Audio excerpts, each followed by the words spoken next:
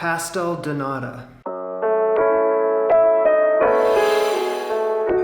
I was trapped in an airport in Lisbon a few weeks ago. It was a stressful time and no time to eat. And to add to all of it, everywhere I looked was delicious. There was this one thing in particular that caught my attention. Pastel de Nata is a Portuguese egg tart pastry. Pastel de Nata. It's a Portuguese egg tart pastry. You know what I'm talking about? Super delicious, nice to look at. We're making those.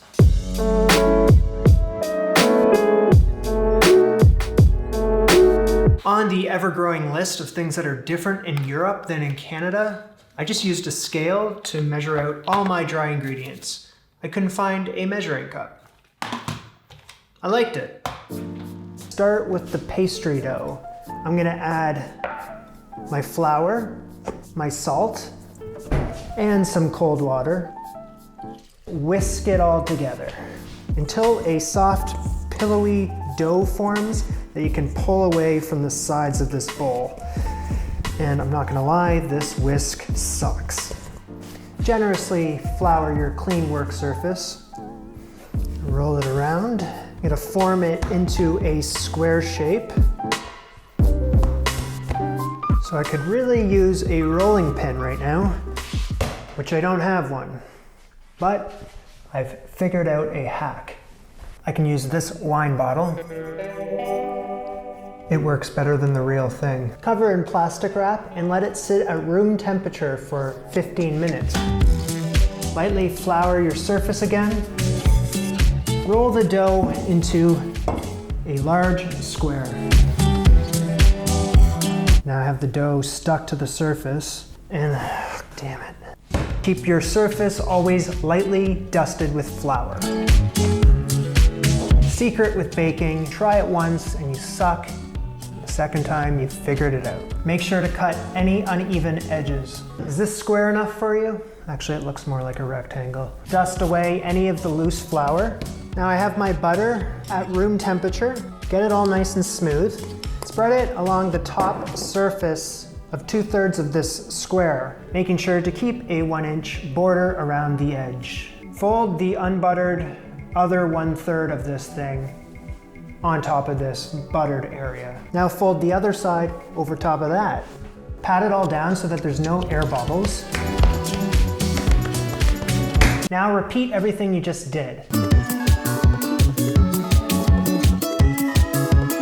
Repeat all this one more time. I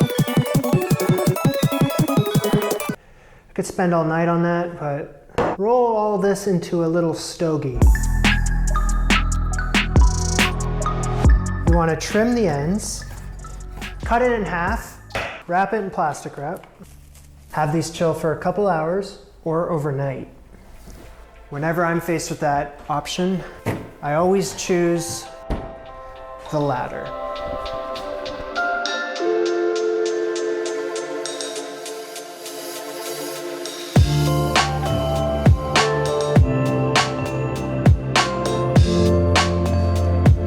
Let's make some custard. To get started, I need 3 egg yolks whisked.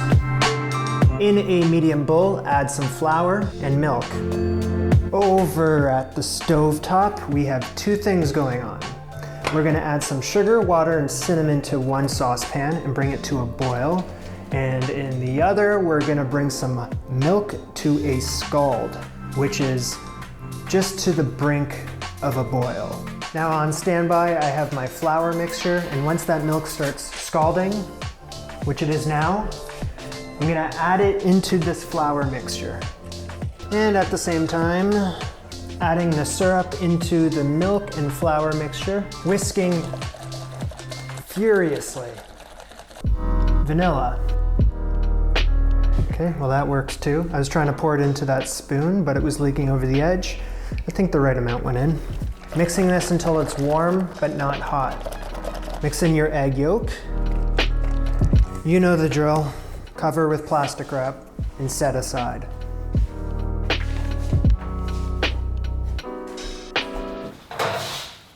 Remember this? This is the pastry dough from yesterday. Roll it until it's about 1 inch diameter. Cut into 3/4 inch pieces.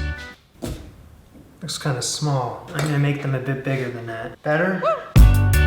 In a muffin tray, add a little butter.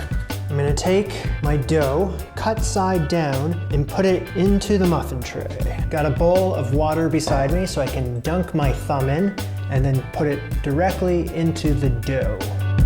Oh, son of a bitch. They're not big enough to stretch.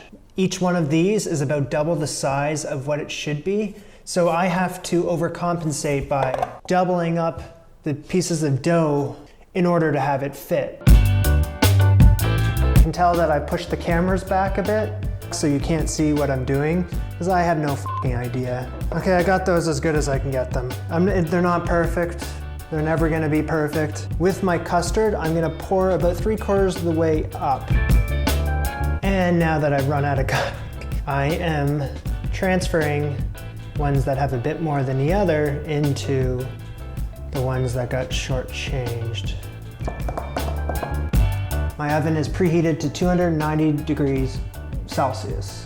That's right, Celsius, not Fahrenheit. I'm past that now.